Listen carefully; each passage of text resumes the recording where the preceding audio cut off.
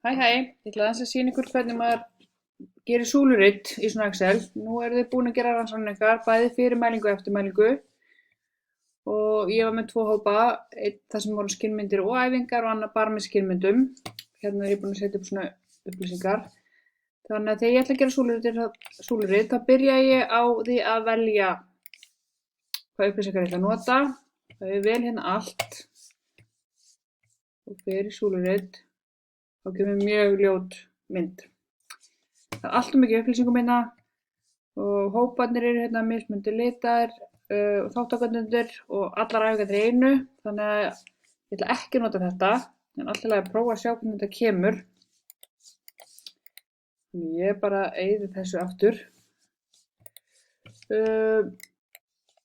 Þannig að kannski ætla ég bara að hafa þátttakendunar, hefur prófað það. Það er insert og súluritið er hérna. Mér er svona ennþá of flókin. Aðeins skýrara hérna undir. Æfingarnar 3 koma fram. En það eru náttúrulega bara tölurnar mjög mismunandi hvort það sé uppsettur eða SIP. Þannig að mér finnst þetta ekki nógu skýrt. Þannig að eyða því bara aftur. Ok. En við skoðum bara eina æfingu í einu. Þetta er strax skýrara. Hérna eru kannski pirra mig núna þessi þröstir með 5 kílóum fyrir. Þetta er asnalega uppsett. En kannski myndi ég vel sleppa því að hafa þennan efsta reit í. Þetta er alltaf komið held ég. Þetta sé niðurstaðan. Já, svona myndi ég vilja hafa myndina.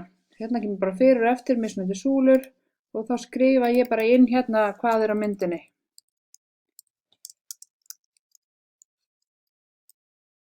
Ég kann náttúrulega ekki skrifa það.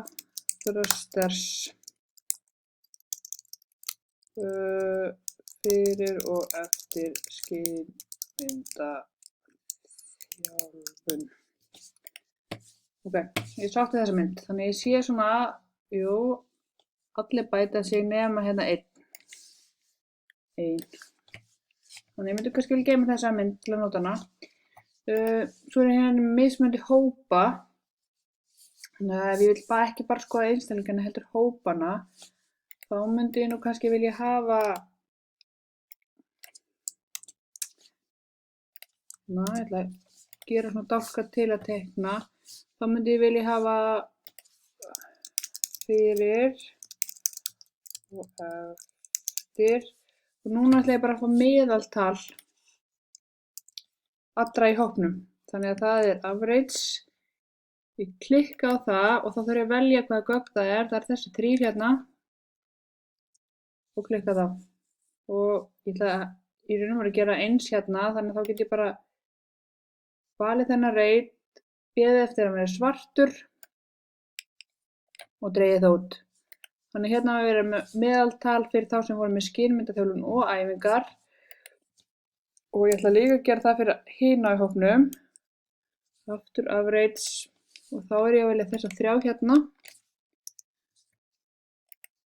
Og núna er ég náttúrulega með ljóta tölur. Þannig ég vil ekki.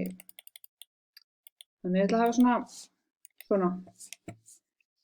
Þannig núna er ég komin með, ef ég er að bera saman hópana, ekki bara einstaklingana, heldur þeir sem voru að fá, helmingur voru að fá skilmyndir og æfingar og þessi bara æfingar. Ok, Excel er oft á móti svona auðum reitum, þannig ég ætla að færa þetta hingað alveg að. Ég vil ekki hafa auða reiti og þá velj ég hérna allt, þá velj ég hérna auða reitin efst, svo þessi kassi. Og geri hérna insert. Þannig að þá erum við komið með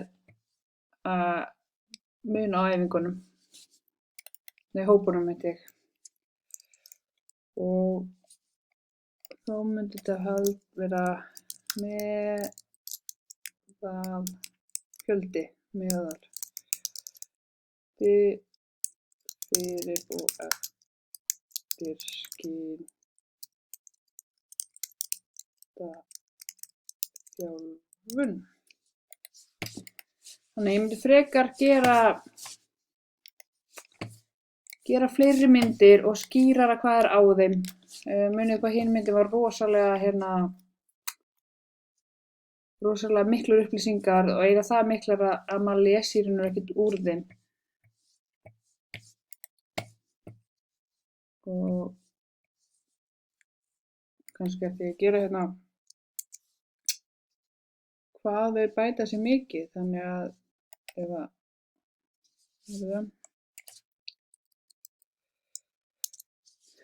þannig eftir er það með 25 mínus hér og lokasviga. Þannig að breytingin er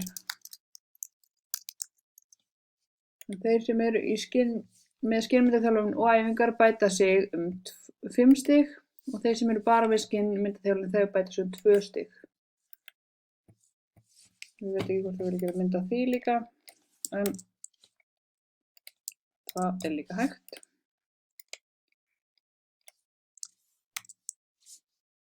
Kannski verða skrítið mynd. Nei.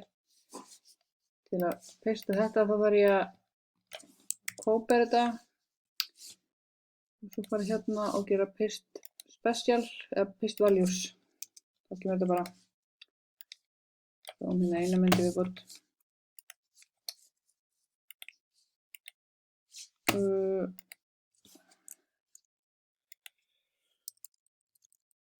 Þá er þetta aukning á fjölda eftir skynmyndaþjálfun.